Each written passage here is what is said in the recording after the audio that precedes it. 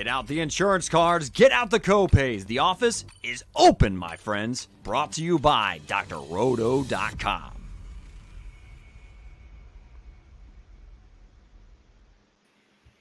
It's time once again for everybody to come aboard that Green Screens Media train, recording live from somewhere. This is One and Done, your fast break of college basketball information powered by drroto.com. If you like conferences that have the word big in them and also a direction, you are in luck, because on tonight's show, me and two of the best in the business, my broskies in basketball, will continue our journey across the preseason college basketball landscape as we preview the Big South and Big West conferences. My name is Jay Heinrich, the conductor of the aforementioned Green Screens Media train. You can follow me on X, aka Elon Cesspool, at Dr. William Cannon. Let's go right to the man himself tonight. El Capitan himself, the captain of the Green Screens Media ship. You can find him on X. Yes, that's right. He's on X at MC Holland 34. He is the OG Money Mike. That's Mike Holland. What it do, baby? What it do, man? I'm trying to get my followers up, so I don't know if I should go with that statement or just ride with the dude. Just ride with it. All right, man. So at MC Holland 34, that is correct. Can't believe this is our third conference preview show, 4 in the bag already. The A10 in America East. That was a lot of fun. We also did the ASUN and Big Sky earlier this week. If you guys have not checked those out, please do that. Also, there is an update on my top 300 transfer big board. We'll be shutting that down soon. There are only two out of the 300 that are left uncommitted. So we'll be dropping the final one once those two make their decision. And we'll be moving on to some betting previews and things like that. But excited for tonight's show, man. These are two fun conferences. No doubt about it. And of course, last but certainly not least, you can find this man. He planted his flag last week. You can find him on those Twitter streets at Fantasy Nav. He is Eric the Blue, the Baron of Bread of Green Screens Media. That is Eric Romov. What's happening? Man, like you said off the top, I am a big fan of things that are big, and I love me some direction. So this show has got my name written all over it. Can't wait to kick this one off, and we will soon, yet again, be kicking off our top 20 countdown of the best returning players in the college basketball world. So if you are not already, make sure you have hit that like button, but make sure that notification bell is on so you don't miss any of that awesome content that we're pushing out here soon. Absolutely. Don't forget to follow, the One and Done Twitter account at X account, whatever, at One and Done CBB, all spelled out, WONAND DONECBB, and then also the at Get Green Screens, the Green Screens Media account as well. Smash that subscribe button here on YouTube. Like Eric said, turn on those notification bells so you don't miss a minute of our college basketball coverage. Let's not waste any more time, gentlemen, and let's take a big old leap right into the Big South. 9-team league this year, down from 10 after losing Campbell off to the CAA, which we'll get to later in our conference preview series down the road, so don't miss that. Big South regular season champ UNC Asheville, 27-8 overall, 16-2 in the conference. But that wasn't it. They also won the conference tournament, defeating Campbell in that final 77-73. And as a 15 seed, UNC Asheville lost to UCLA handily in the first round. 22nd in KenPom conference metrics, boys. 0 inside the top 10, 0 teams. That is so. That being said, gonna go right to you, Mr. Eric the Blue. Give us some headlines about that Big South. Look, not just 0 in the top 10, 0 in the top 100. And, at least looking back to last year, UNC Asheville really dominated this league. Big South Player of the Year, Drew Pember, was on that team. He's back yet again. So, the big question for this league is, is there anyone that has enough to step up and dethrone UNC Asheville, right? And while there's a ton of player turnover in this conference, all 9 coaches are returning, and we're expecting a. Do you guys hear that? Something going on with Mike. You hear that? Yeah, man. Is that coming from me? Can we check in the truck, boys? Breadheads. I've been watching you three using my gym for over a year now, rent free, and now rent is due. Who is that? I'm Jumbotron Jim. I've got some questions for you if you want to keep coming through.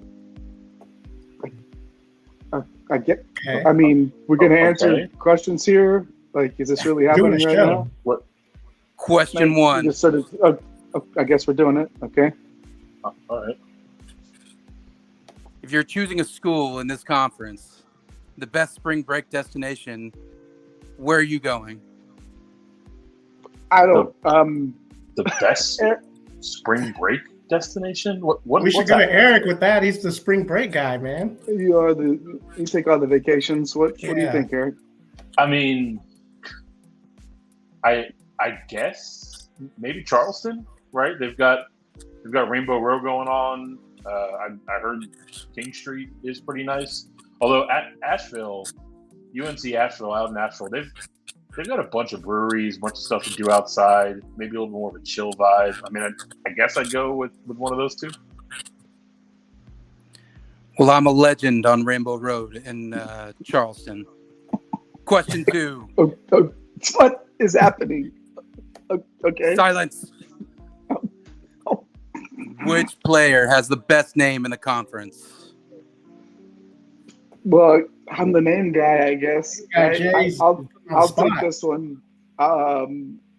I mean, y'all know that I like my all-world, all-conference, all-everything nameless. I guess for the Big South, the Avian Houston, any name with the apostrophe in it in the first name, I can always dig that.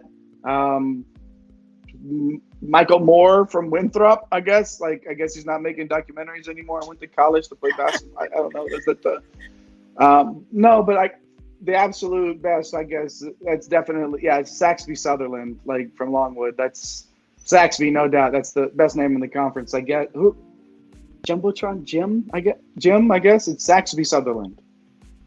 Is that it? I don't know what's better, the player's name or the school's name. Question three. One. Jesus. What's the best mascot in the Big South? Well, you guys know I like me the some mascot mascots, guy, man. yeah. Like, geez. I had to pick here. I guess the Presbyterian. You got the fierce Scottish warrior, Scotty the Scotsman. He's pretty cool. But you guys know I'm a Marvel fan, so I'll go with the High Point Panthers. Prowler the Panther. That guy is fierce. So I'll go with that. What do you think about that, Jumbotron Jim? Well, I've had a few run-ins with a panther or two. Scary stuff. Oh, Rent is all paid right. We did it. for now.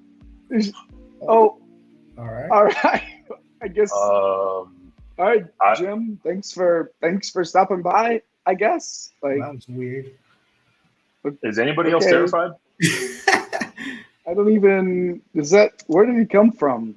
He's been watching us this whole time. I guess so, man. Like, does he live in the Does Jumbotron? he live there? Jumbotron Jim. He was getting we're up gonna there. Jay, you've been close up there. I've seen you on that top floor there. Yeah, exactly. The views from up there, from the nosebleeds, like the tier that we talked about on our last show. So make sure you go back and watch that one. But I guess we're done with headlines for now. So let's just head on to some faces of the conference, faces of the Big South. Let's go right in. Drew Pember, yes, that's a name you will recognize. He is now at UNC Asheville, coming back again, 6'10", 210 pounds, 21 points, 9 boards, over 2 blocks a game as the Big South Player of the Year last season. Eric, I'm going to come right back to you since Jumbotron Jim so rudely interrupted you. Tell us a little bit about Pember. Yeah, I think I might need a minute to recover from Jim just knifing his way in there. But Yeah. I mean, look, trying to get myself back together. Drew Pember is really the face of this league, right? He is a former Tennessee Volunteer. He's been a spectacular year for UNC Asheville for these last 2 years. He's a big part of that conference tournament run last season. And Eric, here we Is are. Jumbotron Jim messing with your mic, man? what's going on with the microphone? Is that having some- Jumbotron Jim? We got Eric Yeah, sounding man. a little like you got some Jim? rocks there. Is that you? Jim, oh, now is he's that gone. you? Okay, all right. Well, he's gonna. All right, yeah. This I'll show's go off ahead the and rails. finish this up then. Well, all right. So Pember is going to be the guy that's the player of the year favorite, obviously. At this level, he's the guy, right? So, what is the next step? What's the legacy builder here for Pember to really establish himself? Got to do more than just get to the tourney. Can he bring a tournament victory home to UNC Asheville, Mike? It could be the deciding factor in really solidifying that legacy at UNC Asheville. Mike, I'm going to go to you now ask you about Daquan Smith, the guard from Bradford, 14 points, just over 3 boards, and shoots that 3 ball at a high clip, 40% there in just over 30 minutes a game. One of those guys that we're not going to see too many more of these year 6 guys, Mike, but that's what Daquan Smith is. Yeah, year 6, fun times, right? I think this is probably the final year we see a lot of year 6 guys, but Smith took a huge step last year. His career's kind of seen kind of a weird trajectory. He's kind of been on a steady decline, but last year was pretty good, and he's lethal from 3, like you mentioned. But I think the thing about what he's going to need to do going forward is can he be a better facilitator and really take this team to the next level? And it looks like we got our guy Eric back, man. This has been a weird show. So Eric, are you good? I don't know who this Jim guy is, but he's clearly messing with these wires. Okay. Yeah, you sound great now, though. So let me come to you here and ask you about Kelton Telford, the forward from Winthrop, 6'7", 195. Rail thin. Likes him to put a little meat on those bones at 6'7". But here's the deal. Just like, he's basically, Eric, that guy that has figured out how to take a big leap forward, just like Smith. Yeah, exactly like Smith, right? Telford really took a pretty big step in his on-court production in his 3rd year, and like you mentioned, he's not the biggest guy, but he's athletic. He's smooth. He's a little slippery inside, and he's shooting 67% from the field over these last 2 years, right? So, there's a lot of different ways that Telford contributes to his team. You can obviously fill it up, but also he's top 50 in the country last year in fouls drawn, right? So he's getting those freebies left and right. Even though he's a little bit wiry, you keep getting to the stripe like that, and you're gonna fall on the radar here on the One and Done show. Yeah, good point. Free throws count the same if you weigh 195 or 295. So if you're getting the line, keep it going, big dog. All right. Abdoulaye Thiam, Mike, guard from High Point, 6'3", 180 pounds, 13.6 points, 4 boards, and 35% from 3. You can definitely deal with that in 30 minutes of play last year for High Point. What's sort of the outlook for Thiam? Yeah, the outlook is he's going to have to step up. Last year, solid production, like you just mentioned, but Jaden House, their star, he left in the portal. And this is a roster that is completely turned over. So Thiam's going to be counted on, not only knowing the system, but his leadership is going to have to shine through here. And if High Point wants any chance this year, they're going to need an even bigger year from Thiam for sure. Lastly, Eric, one more face in the crowd for the Big South. DQ Nicholas, guard from Gardner Webb, 6'1", 180, 12.5 points. Just over 3 dimes per contest in 30.5 minutes played. Eric, just how important is Nicholas to Gardner Webb? I mean, incredibly important, right? I mean, in those, just over 30 minutes per game, 12.5 points makes him their leading scorer, right? So he's another guy that has played a lot for them. He's got 116 games to his resume over his career in the college ranks. And, for a guard specifically, super efficient, 46% from the field, takes care of the ball. You don't see him giving it up with turnovers left and right. So, just one of these kind of building block kind of guys that Gardner Webb is now starting to put some pieces around. So definitely they are happy to see him back heading into the season. No doubt about it. 5 faces in the crowd, 5 cats to watch for the Big South. Drew Pember, Daquan Smith, Kelton Talford, Abdulatheum, and DQ Nicholas. I like that, DQ. I was going to ask DQ you. for those of you down here. In the Texas area for sure. Oh, Dairy Queen there. Oh, Dairy Queen Nicholas. Hopefully he pops up again as the season goes on. If you have hung out with us for our previous 2 preview shows, and we hope you have, and if you haven't yet, go back and watch those. Make sure you like and subscribe and check out all the content we're putting out here in our conference preview series. But if you have watched, you know that we like to put teams into tiers in a certain conference. Let's go ahead and do that tonight. Our tiers tonight will be flying privates. Obviously, getting in the PJ there, flying private, flying commercial. All right, not too bad. Middle of the road, still gets it done, flying commercial.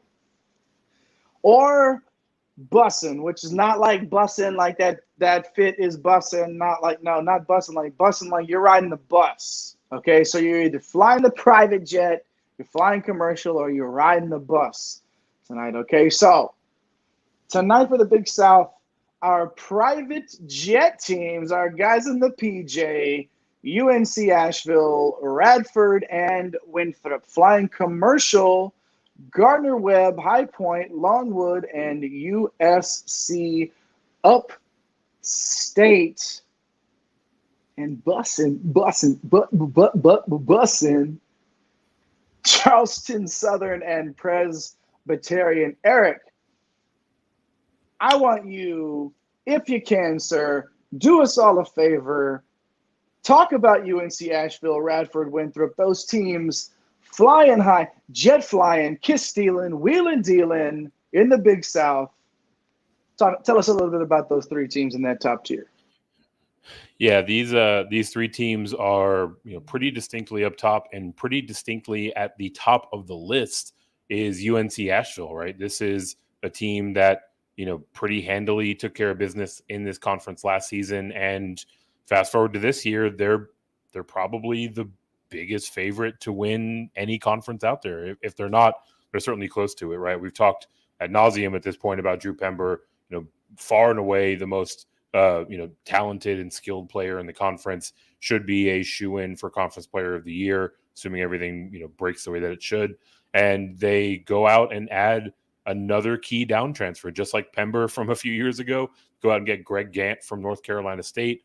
More than half of this roster is back from last season anyways. So ton to like about UNC Asheville. They are a clear favorite for a ton of reasons, I should say. Radford, the next team up here, riding the PJ. Look, this is a balanced squad, right? We talked about Daquan Smith.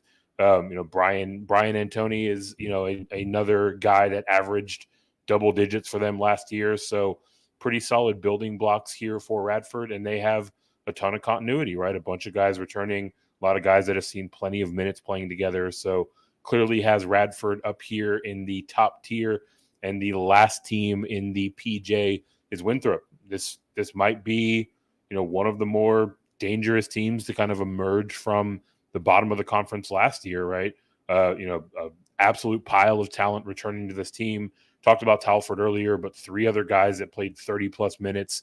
2 of them averaged better than 10 points per game. So, that strong core of players that, has got a lot of repetitions on the court together. Winthrop checks that box, and they're another team that brings in impact transfers, right? Alex Trimmerman from Bucknell's coming in.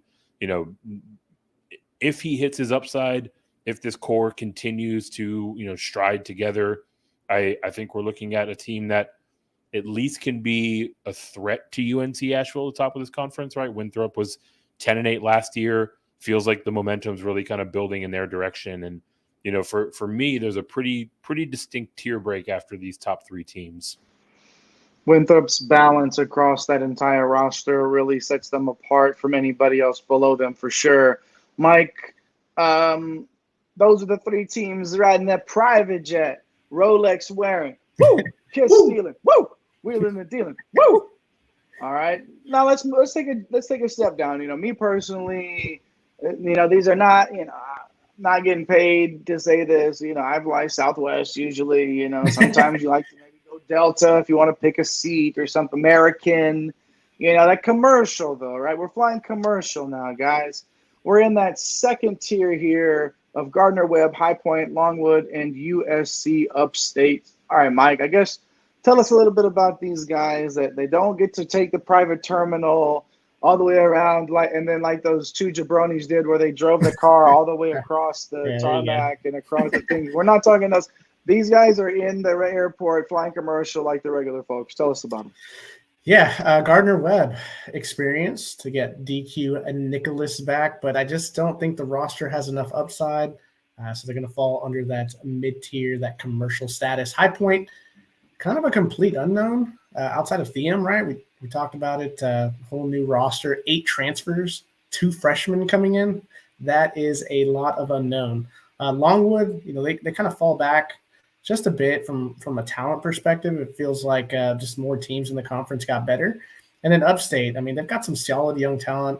Love Trey Brodnicks and Justin Bailey, but I think they're still a year away from, headed down that private jet haul. So, yeah, this is the commercial, guys. We'll see if somebody can maybe take a step forward and join the ranks of the elite in this conference. We're all trying to get to the private jet, okay? USC Upstate, we're all trying to get there, all right? We're going to have our Green Screens Media Warehouse first. That's coming. That'll be down the line, though. You guys will hear about that when that comes, whenever that is. But, yeah, those are our mid-tier commercial flying folks. And I guess I'll go ahead and take those bussing. This is not bussing. These are guys that are riding the bus from town to town and not really living that life of luxury in terms of the tiers. You look at Charleston Southern and Presbyterian, and it's hard to find those impact players that they will make a difference on a night in and night out basis. They were in the basement of the conference last year, and it's looking to me like a little bit more of the same for Charleston Southern and Presbyterian. So to recap, private jet flying, woo, kiss stealing, woo, wheeling, dealing, top tier of the Big South, UNC Asheville, Radford, and Winthrop, flying commercial in that mid-tier of the conference, Gardner Webb, High Point, Longwood, and USC Upstate. And down there riding bus that bus from coast to coast, bussin', Charleston Southern and Presbyterian at the bottom of the Big South. Good stuff there on the Big South. Hope you guys tuned in. If you tuned in just to hear that, we hope you liked it. Really appreciate it if you would hit those like and subscribe buttons, turn on those notification bells. Make sure you're hanging out with us through our entire conference preview series. We're going A to Z with our conferences. It's all coming. I promise you, it's all coming. But again, tonight is all about the word big and directions. So we just wrapped up the Big South. So as we're starting to talk about the Big West, if you haven't already, hit that subscribe button for us. Leave us a comment in the chat. Let us know you're hanging out with us tonight. My guy Anthony G replied to the tweet the other day. Appreciate you tweeting about my guy Julio.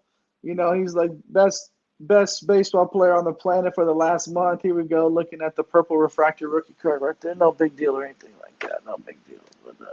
But yeah, shout out to my guy Anthony G on those Twitter streets as our guy Eric is planting his flag on. Let's move on now to the Big West, y'all. Last year in this 11-team league, UC Irvine and UC Santa Barbara were both 15-5, so they split the regular season title.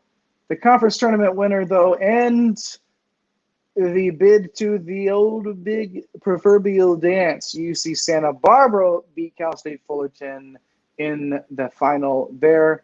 But UC Santa Barbara lost to number 3 seed Baylor in the first round. These are some of these teams, these conferences we've been talking about, the 15 seed, 14 seeds. There's not a ton of those that are getting those victories unless they're playing Virginia. I'm sorry, Purdue, Texas. I'm sorry, Texas. All right, that's enough. Big West tonight. All right. So 15th in Ken Palm. Did I say top 10 the last time when I was talking about, okay, these are top 100 teams, and doesn't matter because the Big West doesn't have any there either. So, Eric, as we are wont to do here, some headlines of the Big West, if you please. Yeah, I mean, look, this conference couldn't be more different than the one we just covered in the Big South, right? Big South is super top heavy with UNC Asheville and everybody else, and this conference in the Big West is an absolute murderer's row, right? It is just loaded with rock solid rosters. 7 teams finished with 11 or more conference wins last year, and from what we can tell, it's probably going to be more of the same heading into this season, right? You know, the experience in this conference just oozes through, right? With as you look at each of these rosters, 17 guys in the entire conference are returning that played 27 or more minutes last year. Every team except for UC Irvine has a roster that is at least 50% comprised of upperclassmen, and you know it's going to be tough, right? UC Santa Barbara, you know they were the ones that really made a ton of noise out of this conference last year. And you know they take down the regular season title, they take down the conference tournament. The Gauchos are one of our favorite picks in the big tournament in March Madness last year. And look, if they want to run it back this year, they're gonna have their work cut out for them. This one it's a gauntlet. Yeah, I made the joke about them not having any teams in the top 100, but they are sort of, that 15th in the ranking in the conference. This is a conference, like you said, Eric, with some solid rosters up and down and some really, really quality basketball all the way up and down. The land of the guards, I guess, like Eric, you talked about 17 guys returning with 21 and plus minutes last year in this conference.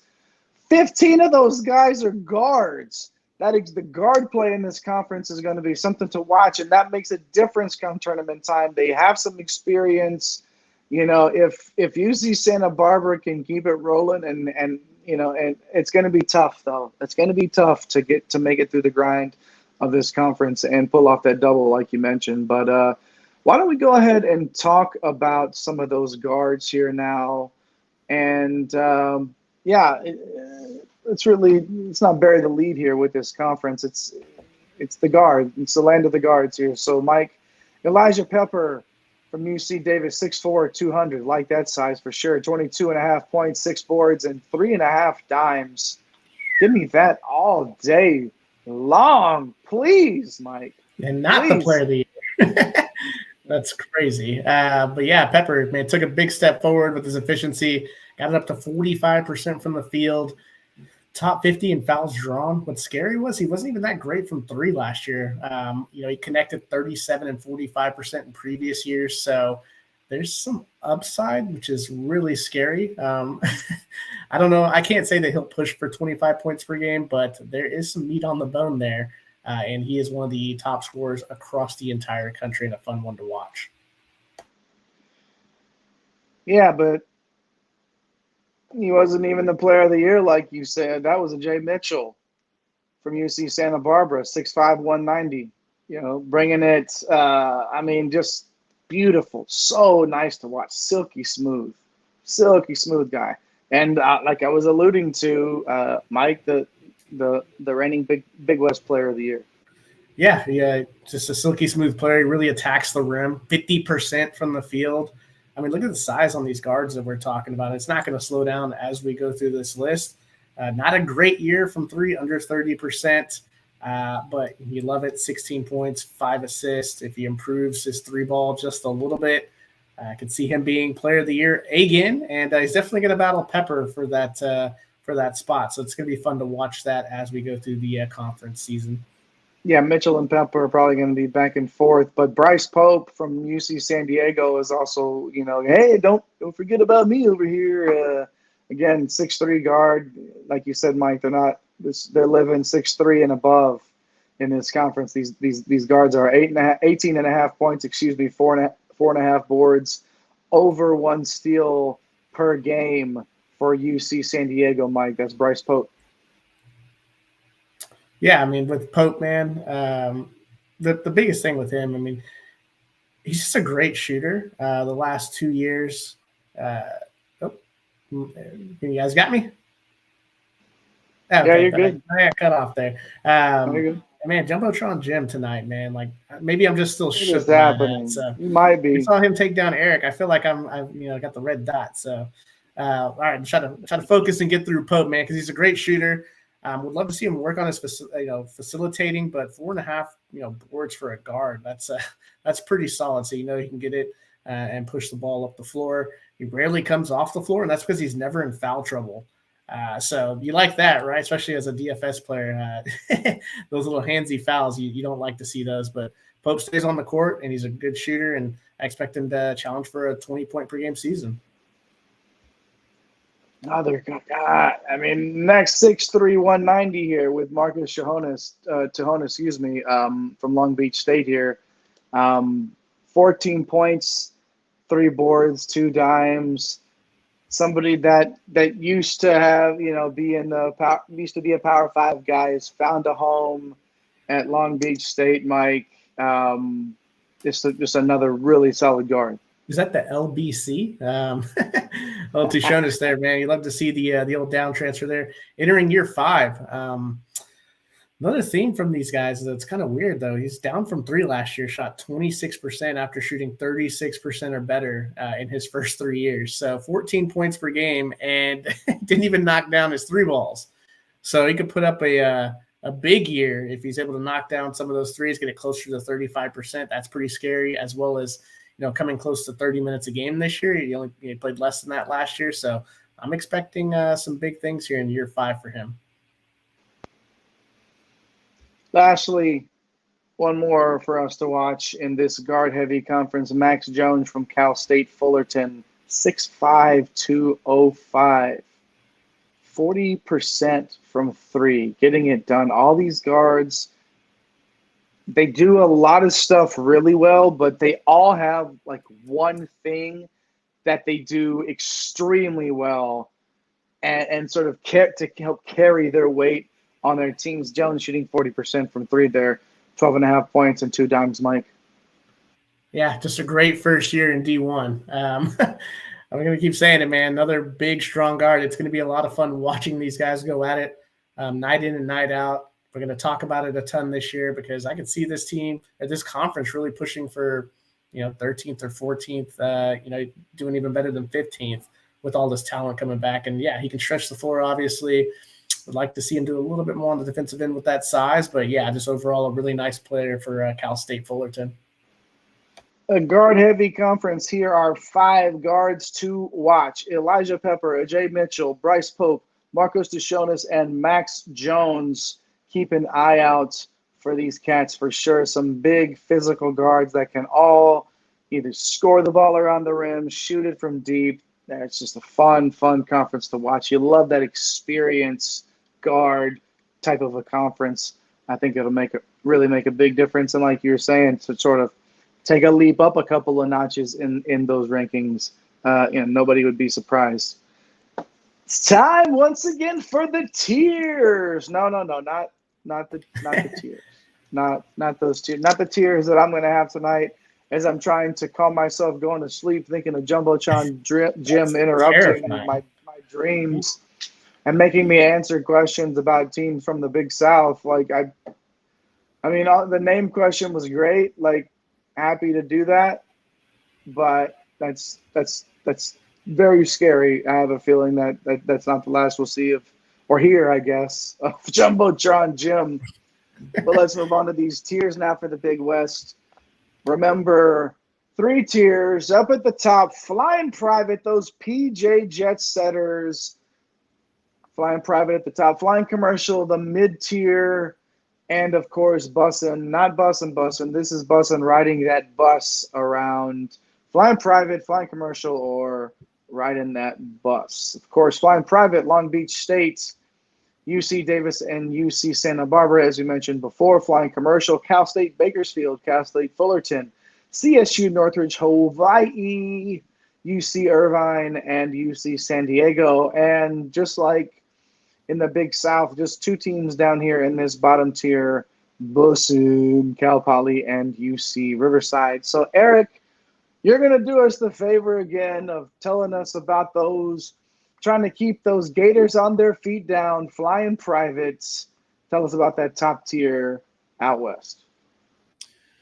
Yeah, look, I think the competitive balance in this league is way more evenly distributed, right? You know, really anyone could kind of come up and take down this conference tournament overall. But, you know, in terms of how they rank on paper, feels like Long Beach, UC Davis, and UC Santa Barbara are just a cut above the rest in the preseason.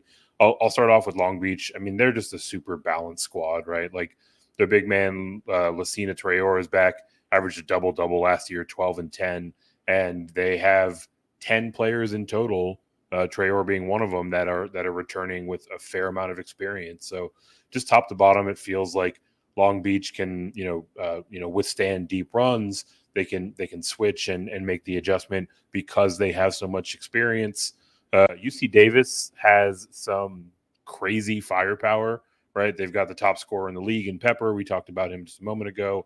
And maybe the best secondary option in another guard, Ty Johnson, who averaged 15 points per game last year. So, you know, this UC Davis roster is one that can fill it up and run up the score quickly. They also have 10 players returning from last year's team. And then finally, UC Santa Barbara, everyone's favorite, the Gauchos. You know, their roster's really intriguing, right? We're probably burying the lead here that former Auburn 5-star big man Johan Traore is coming in. It's maybe one of the biggest surprises of the offseason. You know, this splashy of a down transfer, and him pairing with the guard that we talked about earlier, AJ Mitchell, has some significant upside, right? This is not just, make a splash in the conference upside. This is, maybe make a splash in terms of the entire country, right? They can win their way in, maybe pull off an upset or two in the big dance. And this UC Santa Barbara team is not done, right? They've got another Swiss Army knife kind of guy in Josh Pierre-Louis returning. So, ultimately these three teams are, again, kind of a notch above the rest of the pack, but they all kind of get there in different ways for me. Yeah, Traore, that guy. It's like quietly one of the best Big Dippers, like one of the best moves just overall. Like this is one of the reasons why we're telling y'all, like, this conference from top to bottom, I mean, this is gonna be a knockdown drag out. There are some quality basketball players and teams in this conference. Mike, it's all muddled up here in the middle, but there's a lot of talent there on those 6 teams. So I'll just let you jump right into it and tell us about those 6 programs and that middle tier flying commercial, if you will. Yeah, absolutely. And I love that Eric kind of set it up that, the 3 at the top, I mean, we could see them, winning the regular season championship. Mm-hmm. But once it comes to tournament time, like these 6 teams, I think any of these could earn the bid. And you don't see that too often, right? That really anybody has a chance in this league. So there's just a lot of talent, a lot of experience. We've talked about it. Cal State Bakersfield, Caleb Higgins. I mean, he's a really nice guard. You'd like some other pieces on this team, but, they were 6-14 last year. So you're going to have to kind of see it before we believe it, right? Cal State Fullerton, we talked about Max Jones, but, losing Latrell Wright, I mean, that hurts. It kind of caps their ceiling. He's headed off to Alabama. We'll see if some of these other pieces can kind of step up and really move them forward. CSU Northridge, second to last year. Love Deontay Bostic's game. They're also older and experienced, which is what Eric talked about on some of those teams on that top level. Hawaii, most of its core is back. There's 7 seniors. This is a team I think is maybe a surprise on the national landscape waiting to happen. Justin McCoy transferred in from North Carolina, so we'll see what he can do as a Big Dipper. UC Irvine, we talked to Coach Turner. He's heading into year 14.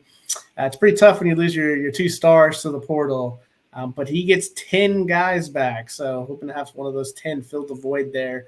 And then UC San Diego, Bryce Pope, man, he's a baller. Have some good pieces to go along with him. I don't know if it's going to be a full ascent to the top, so that's why I have him here. Flying commercial with a slight improvement from the 5-13 that we saw last year. Kameka help us still on Hawaii? He was a senior, right? Yeah, finally. He's done. Like he's finally done. Yeah. Yeah. Had a good year last year. He did have a good year. I watched plenty of those Hawaii games on ESPN Plus. Yeah. Late at night and watched him play. I thought he was done. But yeah, all right. You guys, of course, have left me with that low tier, that bus, and riding that bus around. And again, just a couple of teams at the bottom of this conference as well, Cal Poly and UC Riverside. Without that guard power that we discussed earlier, some of those key players that we're going to want to pay a lot of attention to, Cal Poly and UC Riverside do not have anything remotely close to a backcourt member that is going to allow them to compete with some of these tough ones night in and night out. Every once in a while, yeah, like these are games, like these conference games are going to. This is a tough conference, I guess, is what I'm trying to say, right? Like night in and night out. So any of these teams can win, but Cal Poly and UC Riverside, just without the guards, it's going to be tough. So once again, to recap those tiers, Flying Private, Long Beach State, UC Davis, and UC Santa Barbara. Whoo, wheeling the dealer. Whoo, kiss stealing. Whoo, Rolex wearing. Whoo. Don't forget about it, okay? Flying Commercial, Cal State Bakersfield, Cal State Fullerton, CSU Northridge, Hawaii, UC Irvine, and UC San Diego, I believe it's pronounced.